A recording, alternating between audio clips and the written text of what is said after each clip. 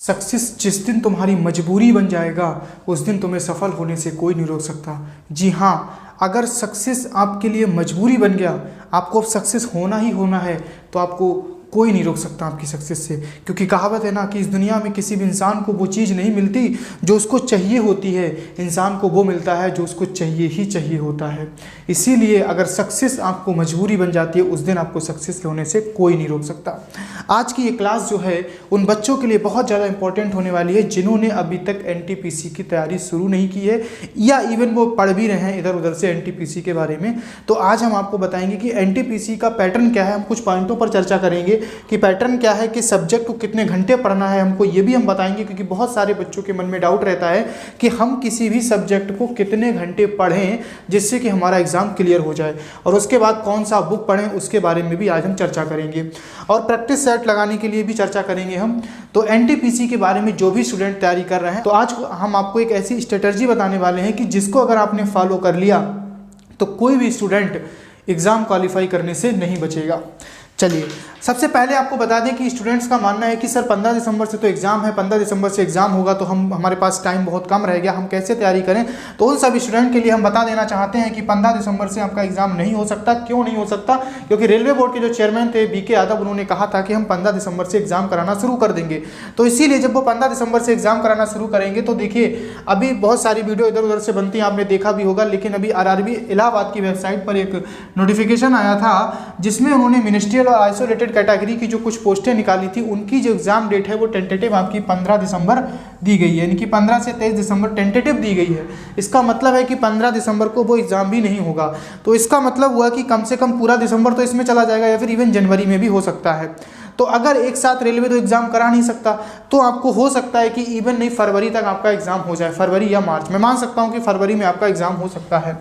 अगर फरवरी के अंदर आपका एग्जाम हो सकता है तो अभी भी आपके पास लगभग 60 दिन, यानी कि कितने महीने हैं, 2 महीने हैं आपके पास, 2 मंथ्स है, यानी कि अभी भी आपके पास 60 दिन हैं। अगर कोई बच्चा बोलेगा कि सर 60 दिन में हम तैयारी करके कैसे एग्जाम निकाल लेंगे, तो आज हम उसे बता देंगे कि 60 दिन में आप तैयारी करके एग्जाम निकाल सकते हैं, लेकिन कैसे। आप 60 दिन में जब तैयारी करके एग्जाम निकालेंगे ना, तो पढ़ाई ऐसी होनी चाहिए ना कि जब पढ़ो बैठ के, तो पड़ोस वालों को, यानी कि पास में भी नहीं पता चलना चाहिए हमारे कौन आ रहा है कौन जा रहा है। कहने का अर्थ है कि आपको उस डेडिकेशन के साथ मेहनत करनी है, उतनी मेहनत करनी है। अगर कोई बच्चा कहता है कि 60 दिन में एग्जाम नहीं निकलता, मैं आपको बता देता हूं कि 30 दिन में एग्जाम हमने क्वालिफाई किया है आरपीएफ कांस्टेबल का। मात्र 30 दिन में तैयारी करके हमने एग्जाम क्वालिफाई किया था। जब हमने फर्स्ट टाइम एग्जाम दिया था, 30 दिन के अंदर हमने एग्जाम क्वालिफाई किया था, और हमारा पहला कॉम्पिटिटिव एग्जाम था वो। तो इसीलिए कहते हैं कि आप 30 दिन नहीं, आप 60 दिन आपके पास हैं, आप तैयारी करके एग्जाम क्वालिफाई कर सकते हैं, 100% कर सकते हैं। लेकिन कैसे पढ़ना है वो आप हमारे साथ देखिएगा। अगर आप ऐसे तैयारी करेंगे तो 100% आप क्वालिफाई होंगे।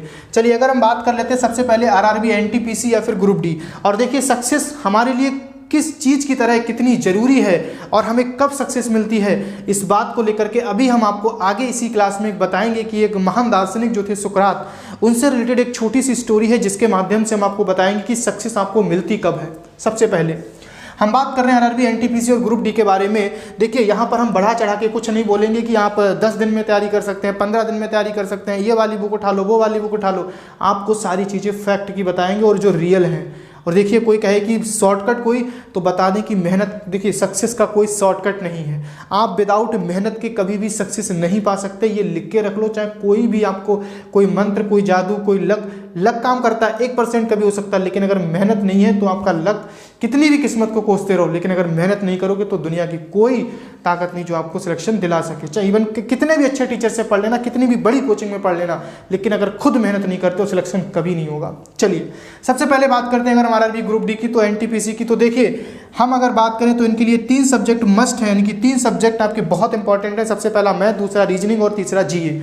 यहाँ पर जीए को भी हमने 3 पार्ट्स में कैटेगरी मतलब अलग अलग किया है। सबसे नंबर 1 पे करंट अफेयर, नंबर 2 पे साइंस, और नंबर 3 पे हमने रखा है history plus geography plus politics plus economics और स्टैटिक जीके, यानी कि हमने इसको नंबर 3 पे रखा है। उसके बाद अगर हम बात करें तो मैथ के अंदर आपका आ जाएगा अर्थमेटिक पोर्शन और एडवांस मैथ आ जाएगा। रीजनिंग की बात करें तो 3 टाइप्स की टोटल रीजनिंग हमसे पूछी जाती है, वर्बल, नॉन वर्बल और एनालिटिकल रीजनिंग। देखिए पहले क्या होता था कि जो हमारी एनालिटिकल यानी कि लॉजिकल रीजनिंग है वो हमारा इसका जो पोर्शन था वो बैंक में ज़्यादा रहता था, लेकिन क्या है कि कंपटीशन धीरे धीरे बढ़ रहा है तो एनालिटिकल पोर्शन यानी कि जो लॉजिकल रीजनिंग है उसके भी टोटल जो है वो 7 से 8 चैप्टर होते हैं, जिसमें आपका मतलब कह सकते हैं कथन एवं निष्कर्ष है, कथन एवं कारण एवं अवधारणाएं हैं। तो इस प्रकार से मिलाकर के कुल आपके 8 चैप्टर होते हैं एनालिटिकल रीजनिंग के अंदर भी। तो यहाँ पर 3 टाइप से रीजनिंग पूछी जाएगी, वर्बल, नॉन वर्बल, एनालिटिकल। और अगर हम जीए की बात करें तो इसमें करंट अफेयर, साइंस और आपका history, geography, polity plus economics. तो देखिए अगर हम बात करें मैथ की तो 40 चैप्टर लगभग आपको मैथ में पढ़ने हैं। अगर हम रीजनिंग की बात करें तो 45 चैप्टर लगभग आपको रीजनिंग में पढ़ने हैं और यहाँ पर जीए आपको तैयार करना है। तो देखिए अब कोई बच्चा ये बोले कि इतना सब हम 60 दिन में कैसे कवर करेंगे, तो हम आपको बताते हैं ना। अब आपको एक पॉइंट सबसे पहले पैटर्न देखिए, आपने देख चुके होंगे, जो बच्चा पहले से पढ़ रहा है उसके लिए इतना मेहनत करने की जरूरत नहीं है जितना आज हम बताएंगे, लेकिन जो नया है उसको हम पैटर्न भी बता देते हैं। देखिए कि कितना इंपॉर्टेंस है मैथ का, कितना रीजनिंग का और कितना जीए का। अगर हम मैथ की बात करें तो एनटीपीसी की और सीबीटी 1, सीबीटी 2 और ग्रुप डी। देखिए एनटीपीसी में अगर मैथ जो आएगा वो आपका 30 नंबर का होगा, सीबीटी 1 में 35 नंबर का होगा, सीबीटी 2 में। रीजनिंग आपकी 30 नंबर की आएगी सीबीटी 1 में, 35 नंबर की आएगी सीबीटी 2 में। जीए की बात करें तो 40 नंबर की मतलब इसमें आएगी सीबीटी 1 में और 50 नंबर की आएगी सीबीटी 2 में। अगर हम बात करें ग्रुप डी की 25 नंबर का आपका मैथ है, 30 नंबर की रीजनिंग है, 20 नंबर की जीए है और साइंस है आपकी 25 नंबर की। देखिए हम आपको बता दें एक रेलवे की जो एग्जाम पैटर्न है वो बिल्कुल बदल चुका है। 2014 के पेपर उठा के देखेंगे आप, 2018 का पेपर उठा के देखेंगे, दोनों में बहुत बड़ा अंतर है। पहले क्या होता था, बच्चा लूसेंट पढ़ता रहता था, जीके पढ़ता रहता था और जीके पढ़ के आप चले जाते, रेलवे का आप 75% यानी कि 80% पेपर करके चले आते थे। लेकिन आज ये कंडीशन ऐसी हो चुकी है कि अगर आप पूरा लूसेंट पढ़ के जाना, पूरा जीके पढ़ के जाना, मैं नहीं कहता लूसेंट मत पढ़ो, अगर आपको हिस्ट्री, ज्योग्राफी, पॉलिटी तैयार करनी है तो आप पढ़ेंगे, लेकिन अगर आप केवल वही पढ़ के जाते हैं और बचे हुए पोर्शन पर आप फोकस नहीं करेंगे, मैं कह सकता हूँ आपका एग्जाम में कभी सिलेक्शन नहीं होगा, कभी सिलेक्शन नहीं होगा। एग्जाम में पैटर्न जो है वो इतना बदल चुका है, यहाँ पर इतना मैथ, रीजनिंग और साइंस को इतना वेटेज दिया जा चुका है। वो क्यों, उसका भी रीजन है, क्योंकि देखिए रेलवे जो है बहुत समय से एग्जाम ले रहा है। तो जो हिस्ट्री, ज्योग्राफी के, अब देखिए पानीपत का युद्ध अगर प्रथम 1526 में हुआ तो 1526 में ही रहेगा, उसको कोई नहीं बदल सकता।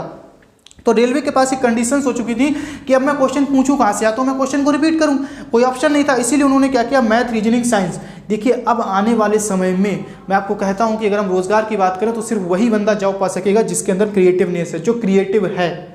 कहने का अर्थ है कि वही बंदा जॉब लेगा जो क्रिएटिव है। और जो बंदे आज की डेट में मतलब बोलते हैं ना, जैसे कि आप तर्क शक्ति की बात करें तो जिस बंदे की तर्क शक्ति अगर अच्छी है तो वो आगे जाके ग्रो करेगा। इसीलिए क्या किया गया है, का जो वेटेज है मैथ, रीजनिंग और साइंस का, इसका वेटेज रेलवे के अंदर बहुत ज़्यादा इंपॉर्टेंट करता है, बहुत ज़्यादा मैटर करता है। तो मैथ आपका 30 नंबर का, देखिए सीबीटी 1 क्वालिफाई करना है आपको ना, तो 30 नंबर का मैथ हो गया, 30 का रीजनिंग यानी कि 60 हो गया, 40 में कम से कम आपको 10 नंबर का करंट अफेयर मिलेगा। उसके बाद आपको 15 नंबर की साइंस मिलेगी, जो 15 नंबर बचेगा वो आपको यहाँ से आएगा, history, geography, polity plus economics. तो मेरे कहने का अर्थ है कि कोई फायदा नहीं है कि आपने इतनी मोटी हिस्ट्री की बुक्स पढ़ो, इतने मोटे नोट्स बनाओ, कोई फायदा नहीं है। पढ़ो उतना पढ़ो जितना आपके एग्जाम के लिए इंपॉर्टेंट है, पहली चीज।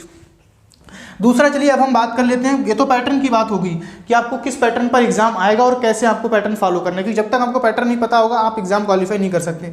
दूसरा, अगर हम बात कर लें कि किस सब्जेक्ट को कितने घंटे पढ़ना है, किस सब्जेक्ट को कितने घंटे पढ़ना है, तो देखिए बहुत से लोग कह देते हैं कि घंटे से कोई मैटर नहीं करता। दूसरा, बहुत से बच्चे कह देते हैं कि मैंने 6 घंटे पढ़ा, मेरा एग्जाम क्वालिफाई हो गया।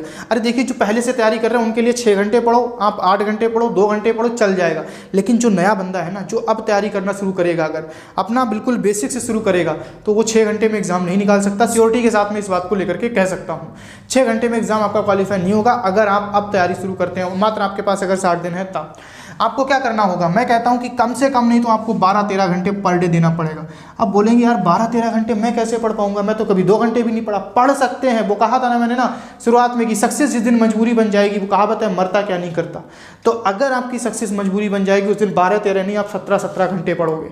यानी कि जब आप नहाते खाते पीते पढ़ना पड़ेगा, चाहे कुछ भी करो, अगर आज की डेट में मेहनत चाहिए तो पढ़ना पड़ेगा, आपको 100% पढ़ना पड़ेगा। देखिए कम से कम आपको क्या करना है, 40 चैप्टर आपको कम से कम डेली 4 घंटे मैथ पढ़नी है। अगर आपको सिलेक्शन चाहिए, आज आपसे अगर तैयारी शुरू कर रहे हैं तो आपको कम से कम 4 घंटे रीजनिंग मैथ पढ़ना है। उसके बाद कम से कम आप 2 घंटे डेली रीजनिंग लगाएं, क्योंकि ये पोर्शन उतना स्ट्रॉन्ग नहीं होता है, उस वजह से आप कम से कम 2 घंटे डेली रीजनिंग को लगाएंगे। 4 घंटे मैथ, 2 घंटे रीजनिंग, और कम से कम नहीं आप 5 घंटे डेली जीएस पढ़ेंगे, तब जाके आप कवर कर पाएंगे। 4, 5, 9 और 2, 11, यानी कि टोटल आपको कितना पढ़ना है, 11 घंटे। ये हो गया, ठीक है, 11 घंटे हो गया।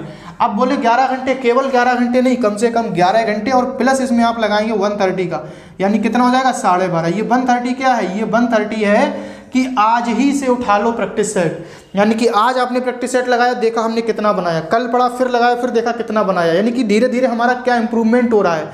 आज जो हम कर रहे हैं, आज अगर हम 20 क्वेश्चन सही कर पा रहे हैं तो कल हमने पढ़ा, उसके बाद प्रैक्टिस सेट लगाया तो 21 पे पहुंचा, 22 पे पहुंचा, यानी कि डेली हमारा जजमेंट भी। और ये सबसे लास्ट में हम काम करेंगे प्रैक्टिस सेट का, यानी कि पहले पढ़ते जाएंगे, जितना हमने दिन भर पढ़ा डेली अपना, कम से कम हमने जितना बताया, कम से कम आपको 4 घंटे मैथ, उसके बाद 2 घंटे रीजनिंग और 5 घंटे जीएस। देखिए ये टाइम अगर आपने ये जुनून, आप मतलब दिमाग में सक्सेस पाने का जुनून अगर पैदा कर लिया, तो ये जो टाइम मैं आपको बता रहा हूँ ना 12-13 का, ये आप उससे भी ज़्यादा कर सकते हो, करोगे। क्योंकि लोग कहते हैं मैं 6 घंटे पढ़ा मेरा आईएएस निकल गया। अरे उनसे ये पूछो कि 6 घंटे अगर पढ़ते थे तो बचे हुए टाइम में क्या करते थे, आपको बताएंगे ना। कम से कम देखिए आज की डेट में अगर आपको अगर नए सिरे से शुरू कर रहे हैं तो पढ़ना पड़ेगा, मेहनत करना पड़ेगा। इतना देखिए लोग कहते हैं घंटे से फर्क नहीं पड़ता, अरे यार मेरे कहने का अर्थ है जो सिलेबस है उसको पूरा करने के लिए कुछ तो समय लगेगा ना। मैं नहीं कहता कि 12 घंटे बैठो, पहले दिन से 12 घंटे बैठो, मैं नहीं कहता। अरे पहले दिन 2 घंटे पढ़ रहे थे ना तो 2 घंटे पढ़ो, धीरे धीरे टाइम को इंक्रीज करो, धीरे धीरे अपने ऊपर छोटे छोटे प्रयोग करना शुरू करो। 2 घंटे से 2.25 घंटे, 2.25 से 2.5 घंटे, 2.5 से 3 घंटे, आने वाले 10 दिन के बाद तुम खुद 10 घंटे पढ़ना शुरू कर दोगे। ठीक है, तो कहने का अर्थ है अगर आपने ये पैटर्न फॉलो किया, मतलब कम से कम 4 घंटे मैथ, 2 घंटे रीजनिंग और 5 घंटे जीएस। अब बोले कि सर जीएस कैसे तैयार करें? जीएस के अंदर आपका साइंस और history, geography, polity plus economics. जी करंट अफेयर की बात करें तो रेलवे के लिए मैं बताना चाहूँगा कि सबसे बढ़िया, देखिए हमने एक बुक बताई, एक हमारी वीडियो है जो आपको इसके डिस्क्रिप्शन में इसका लिंक भी मिल जाएगा, इसके डिस्क्रिप्शन में उसका लिंक भी दिया गया है और आई बटन पर भी क्लिक करके आप देख सकते हैं। वहाँ पर मैंने एक वीडियो डाली है जिसमें मैंने आपको बताया है कि बेस्ट बुक ऑफ एनटीपीसी, क्या बताया है? बेस्ट बुक ऑफ एनटीपीसी, यानी कि एनटीपीसी के लिए बेस्ट बुक कौन सी है। तो इस वीडियो में जब आप जाएंगे तो आपको मैथ के लिए, रीजनिंग के लिए, जीएस के लिए हर जगह हर तरीके की बुक मिल जाएगी। दूसरा, अगर कोई बच्चा पूछे कि सर जीके को कैसे तैयार करें, तो जीके को तैयार करने का हम तरीका आपको बता दे रहे हैं। अभी एक वीडियो हमने और भी डाली है जिसमें हमने आपको बताया है कि लूसेंट कैसे पढ़ें, यानी कि लूसेंट को आप कैसे कवर करें, ये वीडियो भी हम बना चुके हैं। देखिए बताने को लोग बता देते हैं 10 दिन 15 दिन में, किसी की औकात नहीं कि 10-15 दिन में आपको लूसेंट तैयार करवा सके। आप उस वीडियो को जाके देख लेना, ऐसा आपको ठोस तरीका बताया है। और बताया ही नहीं कि हमारे साथ के ऐसे बच्चे जो उसको फॉलो कर रहे हैं और उससे सफलता भी पा रहे हैं। यानी कि आप पहले उसको, मतलब जो हमने बताया है उसको फॉलो करके देखिए, और फॉलो करने के बाद आप खुद रिजल्ट निकालेंगे कि कितना हमारा स्ट्रॉन्ग स्ट्रेटजी है। तो कहने का अर्थ है कि आपको मेहनत करना पड़ेगा, कम से कम 12-13 घंटे आपको पर डे देना पड़ेगा, जिसमें आपको कम से कम 4-4 घंटे मैथ, 2 घंटे रीजनिंग और 5 घंटे कम से आपको जीएस पढ़ना ही पड़ेगा। अगर आप आज से तैयारी शुरू कर रहे हैं तो ये मान के चलिए। इसके अंदर अगर हम मैथ की, रीजनिंग की बात करें तो देखिए मैथ रीजनिंग के लिए अब आपको हमारे ही चैनल पर डेली आपको मैथ और रीजनिंग की एक क्लास मिलेगी हर चैप्टर से रिलेटेड, और हम आपको वो क्वेश्चन कराएंगे जो आपके रेलवे के एग्जाम के अंदर प्रीवियस ईयर में पूछे गए, हर चैप्टर से रिलेटेड, चाहे वो आपका नंबर सिस्टम हुआ, एलसीएम एचसीएफ हुआ, प्रॉफिट लॉस हुआ, एडवांस मैथ हुआ, टेक्नोमेट्री हुआ, ऊंचाई दूरी, कुछ भी चैप्टर हुआ, टाइम एंड वर्क हुआ, उसके जितने भी क्वेश्चन आपसे आज तक एग्जाम में पूछे गए, रेलवे के प्रीवियस ईयर एग्जाम में पूछे गए हैं, सारे क्वेश्चंस आपको डेली आपको एक मैथ का वीडियो और एक रीजनिंग का वीडियो इसके लिए मिला करेगा। तो कहने का अर्थ ये कि ये था हमारा स्ट्रेटजी, मतलब अगर आप इसको फॉलो करेंगे, देखिए मैं कह दूं, देखिए सिंपल से अगर हम कह दें कि मतलब सक्सेस का कोई शॉर्टकट है तो ऐसा कुछ भी पॉसिबल नहीं भाई। देखो मेहनत करनी पड़ेगी, आज नहीं तो कल करनी पड़ेगी। ये बात बताओ कि अगर आज हम पढ़ लिख के मेहनत नहीं करेंगे, कल को अगर हम खेत पे जाएंगे, खेती करना चाहेंगे या फिर हम प्राइवेट जॉब करना चाहेंगे, तब भी तो हमें मेहनत करनी पड़ेगी ना। अगर हम बताइए खेत में जाके केवल गन्ना बुआएंगे और हम सोचेंगे कि हमको 60 का मतलब अच्छा से फसल को काट सकें, जब तक उसमें मेहनत नहीं करेंगे फसल अच्छी नहीं मिलेगी ना। तो कहने का अर्थ है कि अगर हमने फॉर्म डाल दिया है और फॉर्म डालने के बाद हम कह दें कि हमें नौकरी मिल जाए, कैसे मिल जाएगी भाई? उसके लिए मेहनत करनी पड़ेगी आपको, उसके लिए लगना पड़ेगा। उसके लिए जैसे कि आप किसी फसल में खाद पानी लगाते हैं ना, उसी प्रकार से आपको यहाँ पर भी अपने टाइम देना पड़ेगा, सब्जेक्ट को पढ़ना पड़ेगा, तब जाके आप सिलेक्शन ले सकते हैं। और देखिए इधर उधर की चीज़ों में जो व्हाट्सअप, फेसबुक या फिर इंस्टाग्राम वगैरह जो सारी चीज़ों में आजकल हम उलझे पड़े हैं ना, यकीन बता सकता हूँ कि आने वाले 5 साल के बाद कोई आपसे नहीं पूछेगा कि आपने अपना टाइम कहाँ व्यतीत किया, या किस लड़की के साथ घूमते थे, कितनी आपकी गर्लफ्रेंड है, 5 हैं 6 हैं। आज 5-5 गर्लफ्रेंड बना के घूम रहे हो, कोई फर्क नहीं पड़ता। 5 साल के बाद सिर्फ इतना पूछा जाएगा कितने प्लॉट है आपके पास, कितने कहाँ मकान बना हुआ है, कौन सी नौकरी कर रहे हो, कितना पैसा कमा रहे हो, डजंट मैटर आप कितनी गर्लफ्रेंड आपकी थी, कोई मैटर नहीं करता। कितने लोगों से आप साथ घूमते थे, कितने दोस्तों, आज दोस्त फोन करते हैं घूमने चले जाते हैं। हम कंप्रोमाइज़ कहाँ करते हैं, सिर्फ पढ़ने में करते हैं। पढ़ने के लिए हम कहते हैं हमारे पास समय नहीं था, अरे समय गया कहाँ यार, सबके पास 24 घंटे हैं, मुकेश अंबानी के पास 24 घंटे हैं, बिल गेट्स के पास 24 घंटे हैं। अरे हम स्टोरियाँ पढ़ते हैं ना, देख लो, लोग कहते हैं कि बिल गेट्स जो था ना वो कॉलेज ड्रॉप आउट था। एक छोटी सी बात करते हैं, लोग कहते हैं Bill Gates college drop out था। अरे जानते हैं कॉलेज ड्रॉप आउट था, लेकिन उसके बारे में ये आपको पता है वो कॉलेज कौन से कॉलेज से ड्रॉप आउट था? उसका नाम था हार्वर्ड यूनिवर्सिटी। यानी कि एक तो इस तरीके के कॉलेज से ड्रॉप आउट था, दूसरा वो कॉलेज ड्रॉप आउट तो जरूर था, लेकिन इतना पढ़ता था कि 2-3 दिन लगातार पढ़ने के बाद भी वो कभी कभी ऐसे ही सो जाया करता था, अपने जूते भी नहीं निकालता था, जिससे कि वो कहता था कि अगर हम जूते निकालेंगे पहनेंगे तो हमारा टाइम खराब हो जाएगा। इतना पढ़ता था वो, इतना पढ़ता था। और आज भी उसके ऊपर रिसर्च है कि वो 70 किताबें डेली ही मतलब 70 किताबें एक ईयर में, एक साल में पढ़ते हैं। इवन मैं जरूर कहता हूं कि फिजिक्स केमिस्ट्री नहीं पढ़े होंगे, आपको सरकारी नौकरी चाहिए तो जो उसका सिलेबस है वो किताबें आपको पढ़नी पड़ेंगी, मेहनत करनी पड़ेगी। वो आपका अपने से रिलेटेड पढ़ते हैं, जो हमारे बिजनेस रिलेटेड, ग्रोथ के रिलेटेड हैं, वहाँ से वो नॉलेज निकालते हैं, क्योंकि एक सक्सेसफुल इंसान का रास्ता किताबों से ही होकर के गुजरता है। तो आपको मेहनत तो 100% करनी पड़ेगी। और हमने आपको बताया था शुरुआत में कि सक्सेस जब आपकी मजबूरी बन जाएगी तब आपको सफलता निश्चित मिलेगी।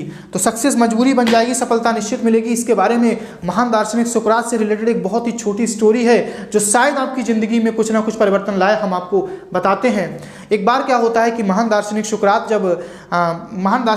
के पास एक व्यक्ति जाता है और उनसे पूछता है कि सर, मुझे काफ़ी समय से मैं मेहनत कर रहा हूँ, कई सरकारी नौकरियों में मैंने फॉर्म डाला, कई मेहनत की, प्रयास किया, अलग अलग बिजनेस किए, लेकिन मैं किसी में सफल नहीं हुआ। तो महान दार्शनिक सुकरात कहते हैं ठीक है, आप कल सुबह जो है अभी मेरे साथ चलिए, और पास में एक नदी थी और उस नदी में उसके पास ले जाते हैं, नदी के पास ले जाते हैं और कहते हैं कि अपने कपड़े निकालिए, हम लोग नदी में नहाने चलते हैं, और नहाने के बाद हम आपको बताएंगे कि सफलता का रास्ता क्या होता है, कौन सा ऐसा रास्ता है जिससे आप सफल हो सकते हैं। तो चूंकि व्यक्ति को सफलता का रास्ता मिलने वाला था, इसलिए बड़ा उत्साहित था, उसने कपड़े निकाले सारे लोगों ने, और वो दोनों लोग कहाँ चले गए, तालाब में चले गए। जब वो तालाब में चले जाते हैं तो तालाब में क्या होता है कि वो व्यक्ति जैसे ही डुबकी लगाता है, सुकरात जो है वो ऊपर से, महान दार्शनिक सुकरात ऊपर से उसका सिर को पकड़ते हैं और उसको नीचे डुबो देते हैं। करीब 10 सेकंड, 20 सेकंड, 15 सेकंड, 40 सेकंड हो जाते हैं। जब वो व्यक्ति तड़पने लगता है, बहुत ही ज़्यादा उछलने लगता है, तब वो मतलब बिल्कुल फाइनल स्टेज आती है, वो उसको छोड़ देते हैं। अब किसी भी व्यक्ति की जान खतरे में पड़ी हो, इतना ज़्यादा हो गया, तो उसने सामने नहीं देखा कौन है, वो चिल्लाने लगा, उल्टा सीधा बोलने लगा, कहने लगा कि मैं आपसे एक सफलता का रास्ता पूछने आया था, आप हमें यहाँ पर मारने के लिए लाए हैं, ये वो सब बातें इधर उधर की उल्टी पुल्टी बातें करने लगा। तो महान दार्शनिक सुकरात कहते हैं कि मुझे एक बात बताइए। सुकरात कहते हैं, इस लाइन को हमेशा याद रखना, जो उन्होंने कहा उसको सुनिएगा। महान दार्शनिक सुकरात ने कहा था कि मुझे एक बात बताइए कि जब आप पानी के नीचे थे, मैंने आपका सिर पकड़ के रखा था, उस समय आपको किस चीज़ की ज़रूरत थी? उस समय क्या आपको किसी भी परिवार वाले की, किसी की याद आ रही थी? कभी किसी इंसान की, किसी चीज़ की, चाहे आपकी गर्लफ्रेंड हो, चाहे आपके दोस्त हो, चाहे आपके घर वाले हों, कोई भी हो, इवन आपको किसी की याद आ रही थी? किसी चीज़ की याद नहीं आ रही थी। याद आ रही तो सिर्फ आपको किस चीज़ की ज़रूरत थी? सिर्फ और सिर्फ सांस की, ऑक्सीजन की। किस चीज़ की ज़रूरत थी? आपको ऑक्सीजन की ज़रूरत थी। तो उसी प्रकार से साथियों, कहने का अर्थ ये कि जिस दिन आपके लिए सफलता ऑक्सीजन के जैसे इंपॉर्टेंट हो जाएगी, यानी कि सफलता आपके लिए ऑक्सीजन की तरह जरूरी हो जाएगी, उस दिन आपको सफल होने से कोई नहीं रोक सकता। आज क्या है? आज क्या कुछ नहीं, पिताजी मतलब पैसे ला रहे हैं, हमको मिल रहा है, सुबह शाम अच्छे से खाने को मिल रहा है, घर पे लेटे हैं, बड़ा सा मोबाइल दे दिया गया, आराम से मौज कर रहे हैं, ठीक है, स्कूल जाते हैं, कोचिंग जाते हैं, चले आते हैं, कोई फ़र्क नहीं पड़ता, क्योंकि आपके पास अभी मजबूरी नहीं है। जब 4-5 साल के बाद जब आपके ऊपर कुछ आएगा, जिम्मेदारियां, तब समझ आएगा कि वाकई में हमको सफलता, मेहनत कर लेनी चाहिए, सफलता हमारे लिए कितनी जरूरी है। इसीलिए कहते हैं कि सक्सेस जब मजबूरी बनेगी तो एक दिन सफलता आपको जरूर मिलेगी, फिर आपको कोई नहीं रोक सकता। तो मैंने ये जो बताया था आपको एनटीपीसी लेकर के, देखिए साथियों, एग्जाम की अगर हम बात करें तो एग्जाम होने में कम से कम आपको 50 से 60 दिन अभी भी लग सकते हैं, इवन हो सकता है अगर ज़्यादा टाइम भी लग जाए तो। देखिए, और दूसरा एक और बता दूं कि जो स्टूडेंट डेट को लेकर के बहुत ज़्यादा कंफ्यूज रहते हैं ना, वो जो डेट को लेकर कंफ्यूज रहते हैं ना, वो डेट को लेकर कंफ्यूज भी रहते हैं और एग्जाम भी हो जाता है और उनका एग्जाम क्वालिफाई भी नहीं होता, क्योंकि वो डेट ही करते रहते हैं। पहले एक बात आइए कि जो डेट चिल्लाते हैं, अगर उनका एग्जाम हो जाए तो क्या वो एग्जाम क्वालिफाई कर पाएंगे? नहीं कर पाएंगे। हम अपनी तैयारी पर फोकस करें। अगर हमको देखिए, इवन क्या होता है कि रेलवे का एग्जाम लेट हो जाता है, डिले हो जाता है, लेकिन होता 100% है और आपको फाइनल सिलेक्शन भी मिलेगा, डिले मिल सकता है। तो हम अपनी तैयारी को देखें कि हमारी तैयारी में कितना इंप्रूवमेंट हो रहा है, हम अपने अंदर कितना इंप्रूवमेंट कर रहे हैं। चलो, तुमने भी फॉर्म डाला, करोड़ों लोगों ने फॉर्म डाला, अरे तुम बैठे हो ना, जो बंदा तैयारी कर रहा है वो तो पढ़ रहा होगा ना, वो तुमसे आगे जा रहा है, तो तुमको भी मेहनत करना पड़ेगा। तो कहने का अर्थ है, अगर 60 दिन भी आपके पास है तो जो बच्चे कहते हैं कि सर 60 दिन में क्या एग्जाम निकल सकता है, तो उनको बताना चाहता हूँ कि 60 दिन नहीं, आप 30 दिन में भी एग्जाम निकाल सकते हैं। आपको मेहनत करनी पड़ेगी। जब आप इतनी ठान लेंगे कि 30 दिन में मुझे एग्जाम निकालना है, 60 दिन में एग्जाम निकालना है, तो भाई साहब आपको मेहनत भी उस तरीके से करनी पड़ेगी। वो कहावत है कि अगर किसी भी एग्जाम को निकालने के लिए 1000 घंटे चाहिए, तो आप चाहे डेली 1-1 घंटा दें, तब भी आपको 1000 दिन लगेंगे। और अगर आप डेली 20-20 घंटे देंगे, तो आप उस एग्जाम को 50 दिनों में ही, उस सिलेबस को 50 दिनों में ही कवर कर सकते हैं। तो इसीलिए मैंने आपको बताया कि कम से कम आपको डेली 12 से 13 घंटे पढ़ना ही पढ़ना है, जिसमें आपको कम से कम 4 घंटे मैथ पढ़ना, 2 घंटे रीजनिंग पढ़ना, 5 घंटे जीएस पढ़ना है, और आपको एक प्रैक्टिस सेट भी लगाना है 1 घंटा 30 मिनट का। मैंने आपको बताया 1 घंटा 30 मिनट यानी कि 90 मिनट का आपको प्रैक्टिस सेट लगाना है।